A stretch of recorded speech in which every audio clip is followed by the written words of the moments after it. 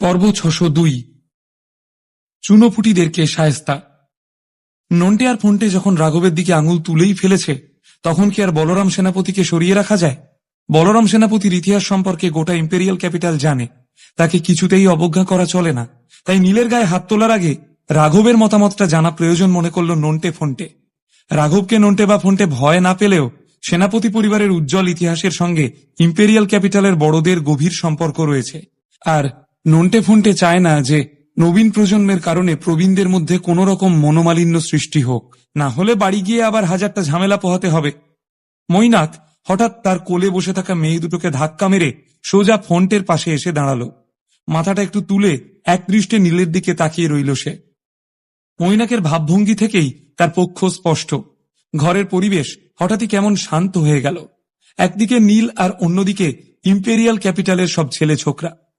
সবার মুখই বেশ গম্ভীর। তিনতলার গানও বন্ধ করে দেওয়া হয়েছে, আর যারা নাচ করছিল তারাও এখন এদিকেই তাকিয়ে। চারপাশ থেকে লোক এসে এখানেই ভিড় জমিয়েছিল। কিন্তু নীলের হাবে ভাবে কোনো পরিবর্তন হয়নি। হয় নীল সত্যিই অসাধারণ, আর না হলে সে অসাধারণ অভিনয় করছে।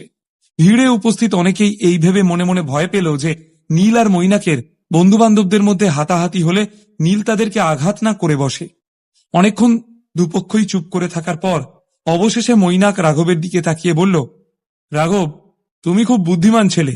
আজ রাতে যে ভুল তুমি করেছ, আমি চাই না সেটার পুনরাবৃত্তি হোক। নীলকে নিয়ে আমি মাথা ঘামাচ্ছি না, ও বাইরের ছেলে। ওর জন্য যেন আমাদের সম্পর্ক খারাপ না হয়। আমি জানি যে বলরাম দাদু আমার কথাতেই সায় দেবেন। নীলের সাথে তোমার সম্পর্ক কতটুকু, আর আমার সাথে তোমার সম্পর্ক কতদিনের? ছোট ছোট সুখের জন্য বড় বড় সুযোগকে হাতছাড়া করাটা ঠিক বলে আমার মনে হয় না। প্রচন্ড অভিজ্ঞ ব্যক্তির মতো বোঝানোর চেষ্টা করল নন্টেও। রাঘব প্রথমে মৈনাকের দিকে আর তারপর নন্টে ফন্টের দিকে তাকিয়ে শেষমেশ তাকালো নীলের দিকে। অদ্ভুত এক হাসি খেলে গেল তার মুখে। আমি তো কিছুতেই বুঝতে পারছি না যে তোমরা এরকম করছো কেন। আজ কিন্তু সত্যিই তেমন কিছু ঘটেনি। তিলকে তাল করার তো কোনো দরকার নেই।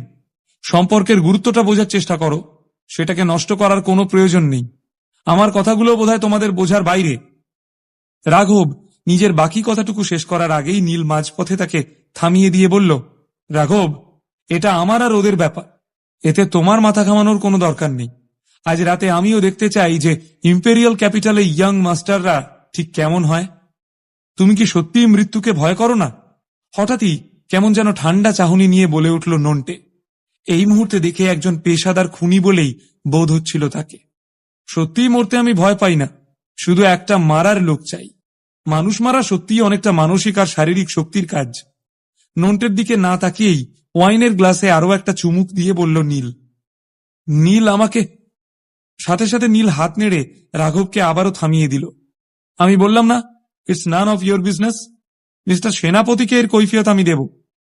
আসলে নীল খুব ভালো করেই জানতো যে রাঘব কি ভাবছে, কিন্তু সে চাইছিল না যে তার কারণে সেনাপতি পরিবার আর দাস পরিবারের সম্পর্ক খারাপ হোক। তাই রাঘবকে ব্যাপারটা থেকে দূরে দূরেই রাখতে চাইছিল সে। নীল নিজের সীমাটা খুব ভালো মতন জানে। নিজের অস্তিত্ব রক্ষার দায়ে সে রাঘবের উপর কিছুতেই চাপিয়ে দিতে পারবে না। তাছাড়া অকারণে সেনাপতি পরিবারের কোনো অবদানও সে গ্রহণ করবে না। তুমি সত্যিই চাও না যে রাঘব এ বিষয়ে কথা বলুক? তোমাকে যত দেখছি তত অবাক হয়ে যাচ্ছি। সত্যি তুমি পুরুষ মানুষ। মিথ্যে হাসি হেসে নকল প্রশংসা করার একটু পরেই হঠাৎ নন্টের গলার স্বর একটু বেশি উঁচু হয়ে উঠল। কোথায় আমার সব চেলাচামুন্ডারা? এখনই এদিকে এসে এই ছেলেটাকে ক্লাবের বাইরে বের করে দে। নন্টের নির্দেশ পাওয়া মাত্র তার চেলারা চারদিক থেকে বেরিয়ে এলো। জামার হাতা গুটিয়ে নীলের দিকে তেড়ে গেল তারা।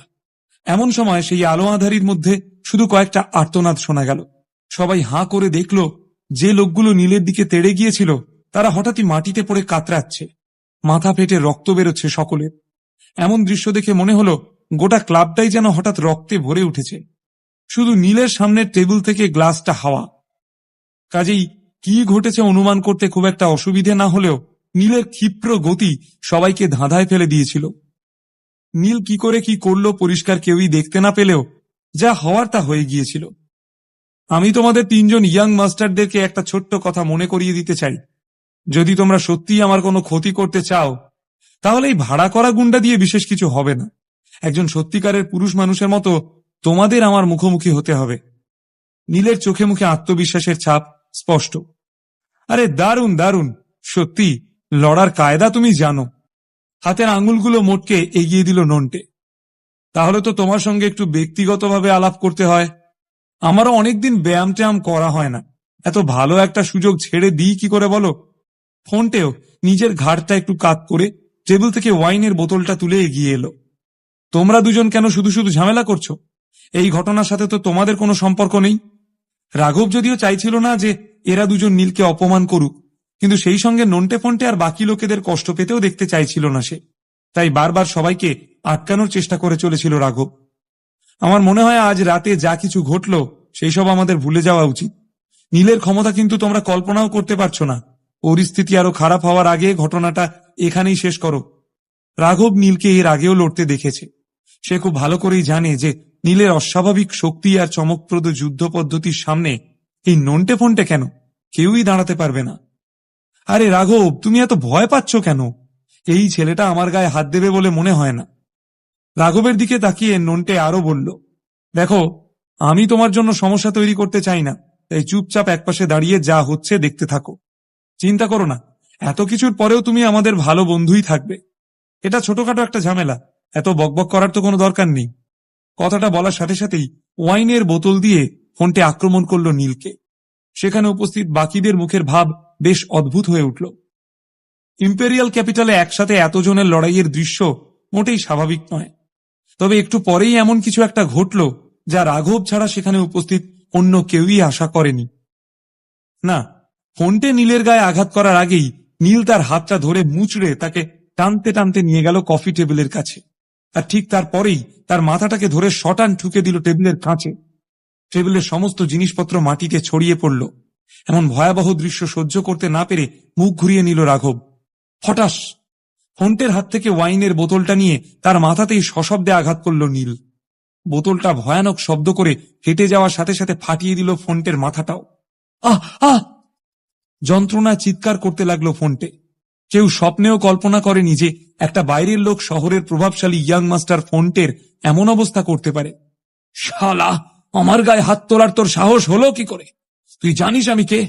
আজ যদি তোকে আমি জানে না মেরে ফেলি তাহলে আমিও এক বাপের বেটা নই। মাথাটা চেপে ধরে রক্ত বন্ধ করার প্রাণপণ চেষ্টা করে চলেছিল ফোনটে। সে উঠে দাঁড়াতে চাইলেও নীল তাকে সেই সুযোগ দিল না। ফোনটের ঘাড়ে হাত রেখে ঠায় দাঁড়িয়ে রইল সে। ফোনটের ছেলেবেলা সবচেয়ে সুন্দর। ছেলেবেলায় না সে কখনো বকা খেয়েছে আর না খেয়েছে মার। এরকম একটা ছোটবেলা কাটিয়ে বড় হয়ে ওঠা ফোনটের সঙ্গে এই মুহূর্তে যা কিছু ঘটছিল সেটা এক কথায় অবিশ্বাস্য। ফোনটের সম্মান একেবারে মাটিতে মিশে গিয়েছিল, যেটা তার জন্য সব থেকে জরুরি জিনিস। ফোনটে, এই বলে চিৎকার করে নন্টে নীলের উপর ঝাঁপিয়ে পড়ল।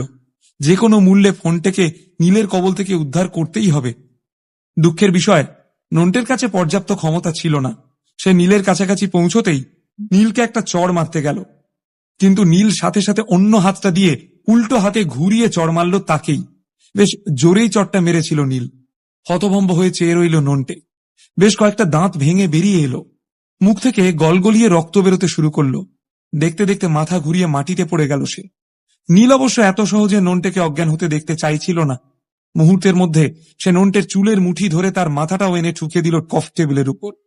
প্রথম দিকে নন্টে বাধা দেওয়ার অনেক চেষ্টা করলেও নীলের ক্ষমতার সঙ্গে সে পেরে উঠল না। নিজের সমস্ত শক্তি কিছুক্ষণের মধ্যেই হারিয়ে ফেলল সে। তারও মাথা আর মুখ রক্তে ভরে উঠল। ফোনটে অবশ্য সুযোগ বুঝে ওয়াইনের ভাঙা বোতলের টুকরোটা তুলে নীলকে আঘাত করতে যাচ্ছিল, কিন্তু এমন সময় নীলের চোখ সেদিকে পড়ে যাওয়ায় আবারও এক চড়ে তাকে কুপোকাত করে দিল নীল। ইম্পেরিয়াল ক্যাপিটালে আসার আগে নিজের সাজ পোশাক একটু পরিবর্তন করেছিল নীল। দাড়ি রাখতে শুরু করেছিল সে। এই মুহূর্তে সেই ঘন দাড়িতে হাত বুলিয়ে নন্টে ফন্টের দিকে তাকিয়ে রইল নীল। কেউই আশা করেনি যে ইম্পেরিয়াল ক্যাপিটালের লোকজনের এমন দশাও হতে পারে। কেমন লাগছে নন্টে মশাই? তোমাদের দুজনকে এভাবে কেলিয়ে আমার কিন্তু দারুণ লাগছে। কথাটা বলেই জোরে জোরে হাততালি দিতে শুরু করল নীল, যেন বিরাট কোনো কৃতিত্ব লাভ করেছে সে। বদমাইশ, আমাদেরকে মারতে হলে একেবারে মার, জানে খতম করে দে। আমাদেরকে এখন ছেড়ে দিলে ভবিষ্যতে আমরা যে শুধু তোকে মারবো তাই নয়, তোর বাড়ির লোক আর বন্ধুদেরকেও একেবারে শেষ করে দেব। নন্টের পা থেকে মাথা পর্যন্ত রাগে চিড়বিড় করছিল। এই সময় শরীরে কোনো যন্ত্রণা অনুভব হচ্ছিল না তার। এই মুহূর্তে সে শুধু ভাবছিল নীলকে কি করে মারা যায়। বড় জেদ এদের।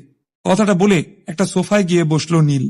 সামনে পড়ে থাকা একটা সিগারেটের প্যাকেট থেকে সিগারেট বের করে তাতে আগুন ধরালো সে।